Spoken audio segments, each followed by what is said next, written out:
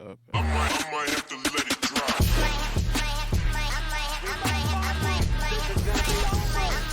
Let it drop. Steve, I have a request, and I have a request right out of this episode because I don't think people are gonna hit the subscribe button if you don't stop posting clickbait. So today, we're gonna have a conversation. And I don't want any clickbait comment like don't rage bait me. I don't want like anything. Like the other bait, like don't bait no baiting going What's the on other in this bait? episode.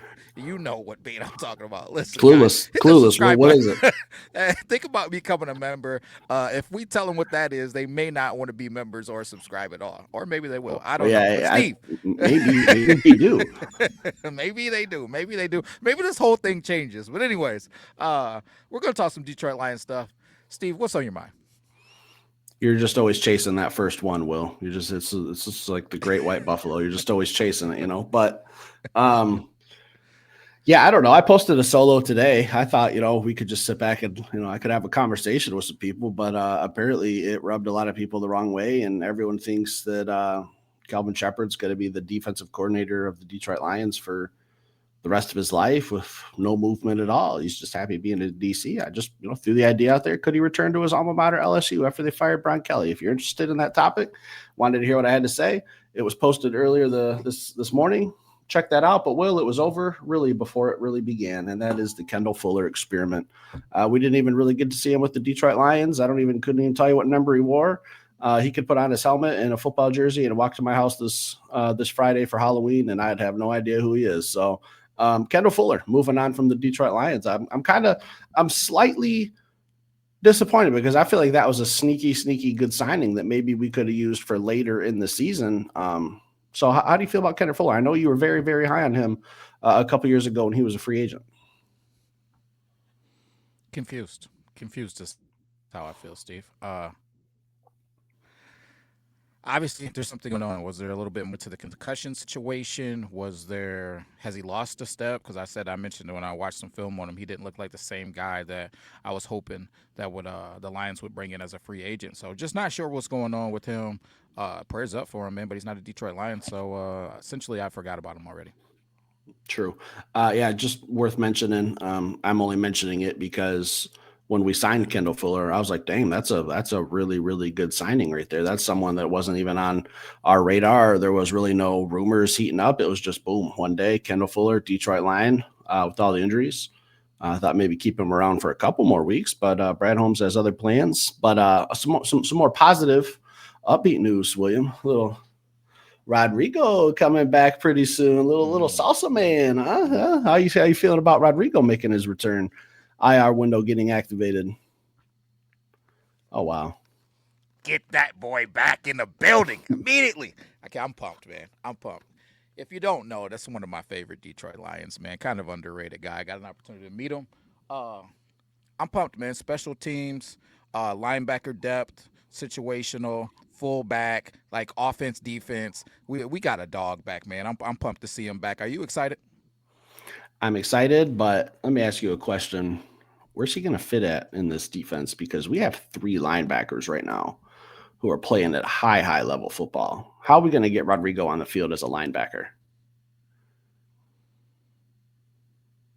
We're not. We're going to get him on the field of special teams. That's where it's going to start. And then from the linebacking situation, you can never have too many good linebackers. So I think that Coach Shep has shown that he can get creative. And I think that we'll see some packages out there, whether it be another spy type situation, whether it be a run stopping situation.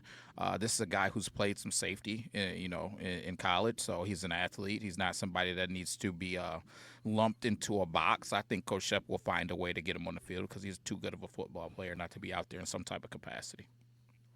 Yeah. According to, I don't know if this was mentioned in the press conference and I missed it or overheard it.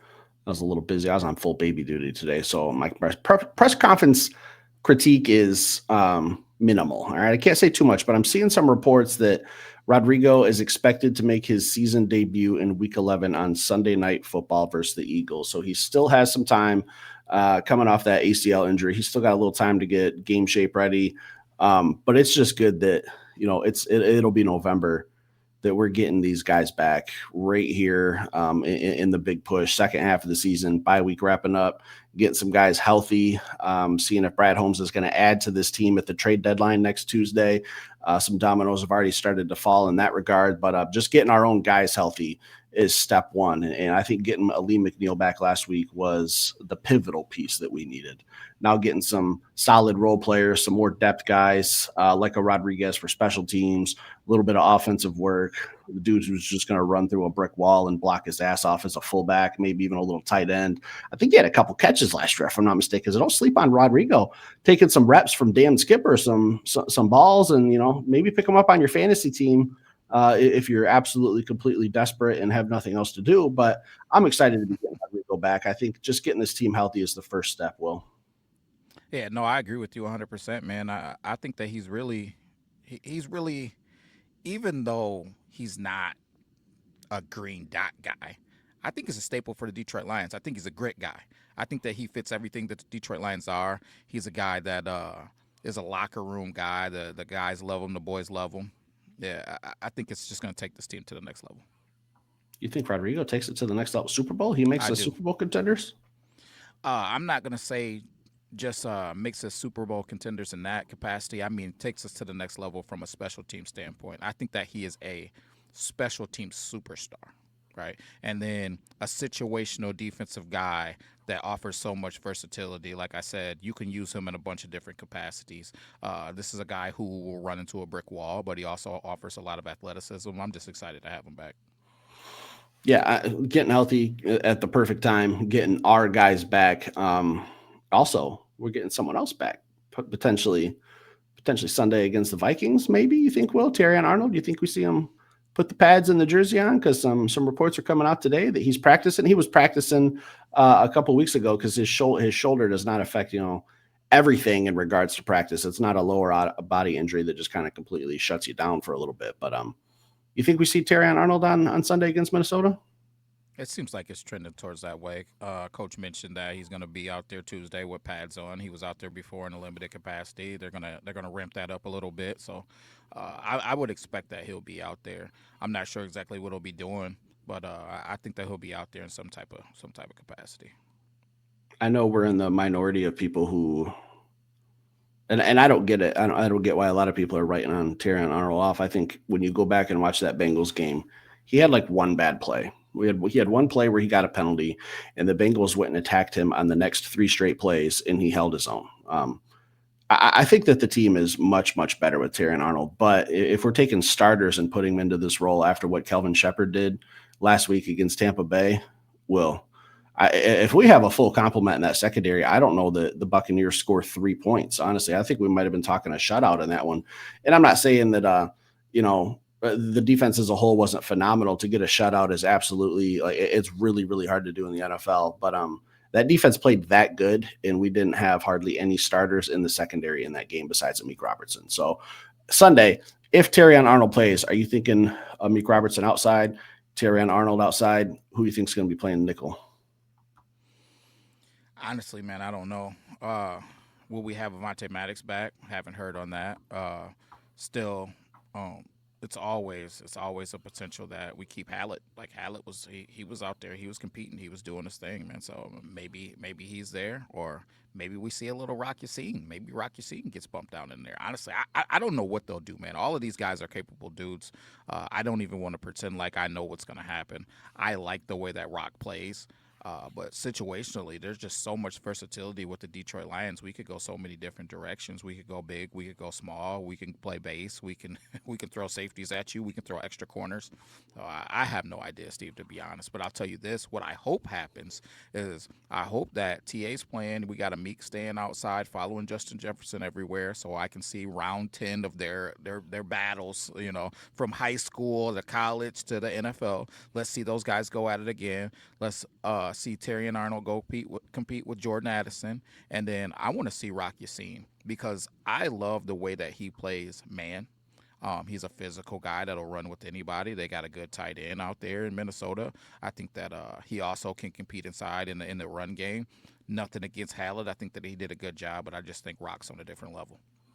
Yeah, we'll probably get an answer in a couple days when we get some more injury news and updates and who's practicing, who's not practicing, and have a better guess. It's still way too early on Monday. The team's literally not even back to practice yet. But I don't know. I'm just glad to see getting Kirby with 2 weeks of rest, getting Brian Branch back 2 weeks of rest after the suspension and the bye week. He was a little banged up coming in, so we're getting the two best safeties in football back, potentially a starting corner in Tyrion Arnold, Meek Robertson, who's been playing like an absolute animal, and then sprinkling whoever you want at the nickel. If it's Maddox, Rock, don't know, doesn't matter to me. You just put a nameless face out there. It doesn't matter. We're going to play good football. Well, we're Michigan fans, right? How do you think the crowd's going to react when J.J. McCarthy comes to Detroit on Sunday? Because we haven't seen him yet. He's essentially a rookie. He hasn't played in Ford Field yet. What do you think the reception is going to be? They're gonna boo him. They're gonna boo his parents. They're gonna boo his girlfriend. They're gonna boo anybody with a number 9 Minnesota Vikings jersey. And be careful wearing a number 9 Michigan jersey because you might still get booed.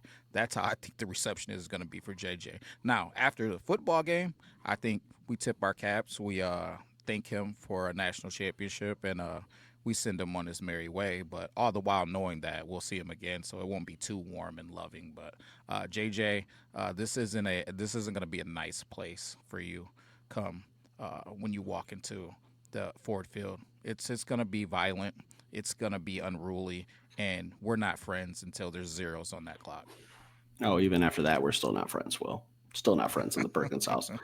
Yeah, I'm just curious. I know we kind of wanted to see him last year, but he sat out with the knee injury, and now he's making his first return to the state of Michigan, where he's actually going to be playing football.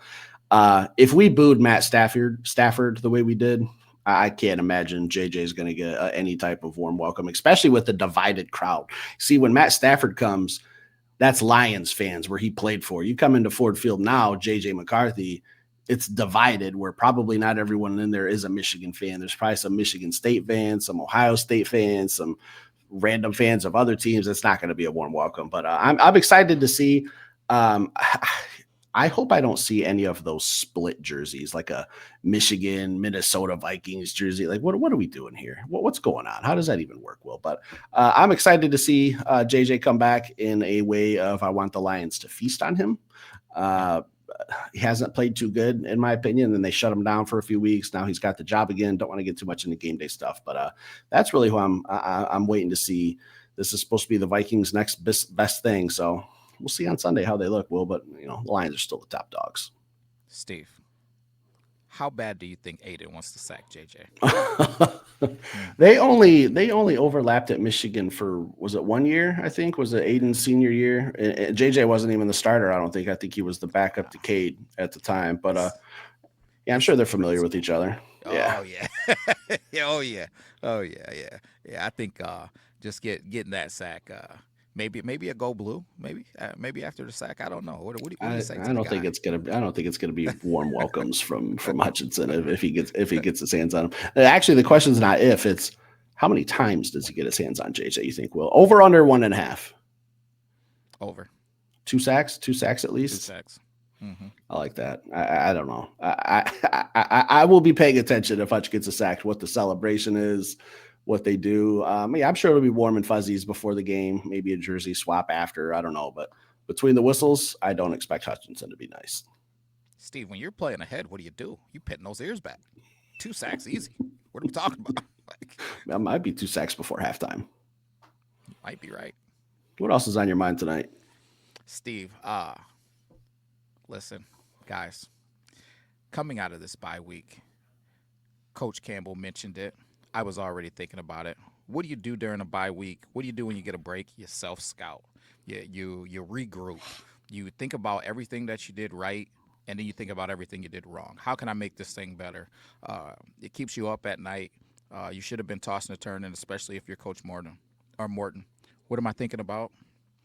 Waymo! I'm thinking about getting Waymo the freaking ball, Steve. That's what I'm thinking about. Getting Waymo involved in this offense. My expectation is, can't even get it out. I'm so excited. Is Jameson Williams getting this ball? I don't know, at least 10 times on November 2nd. Like, I need the ball in his hands. I need something like 9 receptions, 12 targets. Like I need a big day. I need reverses. I need deep crossers. I need go balls. I need all types of things. Jet sweeps. We got to get this guy the football. We got to get him involved. I cannot be looking at any more Michael Jordan memes at the end of the football games, like depressed JMO. We got to get this thing fixed, as well as maybe getting Demo a little bit more involved as well. So I'm looking for some more balanced offense, not the Gibbs, St. Brown, a little sprinkle of Laporta show. We got this rookie that we didn't know had 2 hands that hasn't been getting. I think he got 6 targets the whole season, Steve. I think you Yeah, said 6 or 7. 6.